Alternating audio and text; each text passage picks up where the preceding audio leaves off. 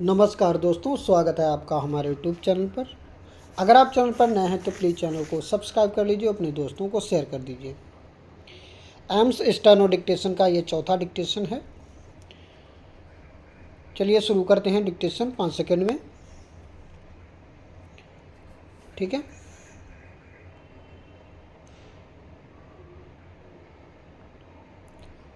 Start. Bharat में इस समय चिकित्सा की 4 पद्धतियाँ प्रचलित हैं: एलोपैथिक, होम्योपैथिक, आयुर्वेदिक और यूनानी। अंग्रेज़ों के भारत में आगमन के साथ साथ एलोपैथिक पद्धति यहाँ आई और ब्रिटिश राज्यकाल में शासकों से प्रोत्साहन पाने के कारण इसकी जड़ इस देश में जमी और पनपी। आज स्वतंत्र भारत में भी इस पद्धति को मान्यता प्राप्त है और इसके अध्यापन और अन्वेषण के लिए अनेक महाविद्यालय तथा अन्वेषण संस्थाएं खुली हुई हैं। प्रतिवर्ष हजारों डॉक्टर इन संस्थाओं से निकलकर इस पद्धति द्वारा चिकित्सा का कार्य करते हैं। देश भर में इस पद्धति से चिकित्सा करने के लिए अस्पताल खुले हुए हैं और उच्च कोटि के चिकित्सक उनमें काम करते हैं। अंग्रेज़ों के शासन काल में ही होम्योपैथिक पद्धति इस देश में आई और शासकों से प्रोत्साहन न मिलने के बावजूद भी यह पनपी। इसके अध्यापन के लिए भी आज अनेक संस्थाएं देश भर में खुल गई हैं और नियमित रूप से उनमें होम्योपैथी का प्रशिक्षण दिया जा रहा है। अंग्रेजी शासनकाल में यह राजमान्य पद्धति नहीं थी, किंतु अब इसे भी शासकीय मान्यता मिल गई है। आयुर्वेदिक पद्धति भारत की प्राचीन पद्धति है। एक समय यह बहुत उन्नत थी, पर अनेक शताब्दियों से मुसलमानों और ब्रिटिश राज्यकाल में शासकों की ओर से प्रोत्साहन के अभाव में इसकी प्रगति रुक गई और यह पिछड़ गई। पर इसकी जड़ इतनी गहरी है कि आज भी देश के अधिकांश व्यक्तियों की चिकित्सा इसी प्रणाली से होती है। भारत को स्वतंत्रता मिलने के बाद आयुर्वेद के अध्ययन में शासन की ओर से कुछ प्रोत्साहन मिल रहा है और वैज्ञानिक आधार पर इसके अध्यापन और अन्वेषण के लिए प्रयत्न हो रहे हैं।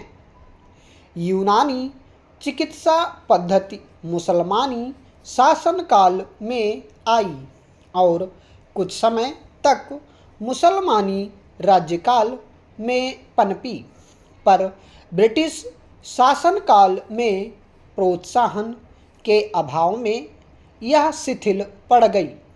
फिर भी कुछ संस्थाएं आज भी चल रही हैं जिनमें यूनानी पद्धति के पठन पाठन का विशेष प्रबंध है।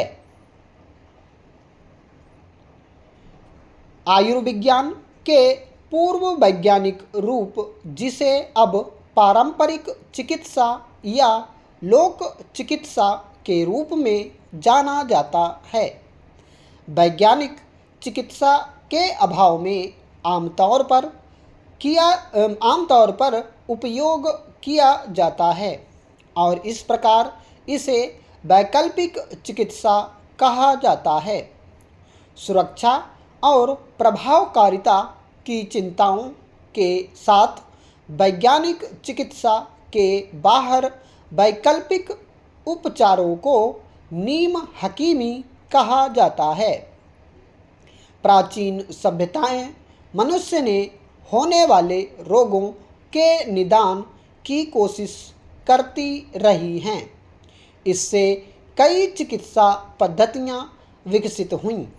इसी प्रकार भारत में भी आयुर्विज्ञान पर विकास हुआ, जिसमें आयुर्वेद और सिद्ध चिकित्सा प्रणाली प्रमुख हैं। हालांकि जिनका वर्तमान उपयोग वैकल्पिक चिकित्सा के अंतर्गत आता है।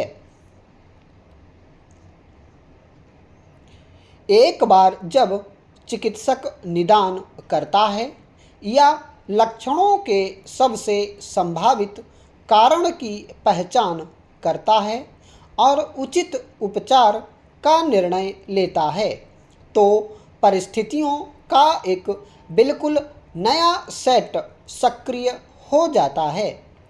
विचार करने वाली पहली स्थितियों में से एक है रोगी के चिकित्सकीय सलाह लेने का कारण और रोगी की अपेक्षाएं। रोगी की यात्रा इस भावना के कारण हो सकती है कि एक छोटा सा लक्षण कुछ गंभीर हो सकता है। यदि परीक्षण इस संभावना को खारिज कर सकते हैं, तो आश्वासन एक चिकित्सकीय कार्रवाई के रूप में काम कर सकता है। जब संभव हो, चिकित्सक किसी बीमारी का इलाज करने और इस तरह लक्षणों से राहत दिलाने का काम करते हैं, लेकिन कई बार बीमारी अज्ञात या पुरानी और लाइलाज होती है।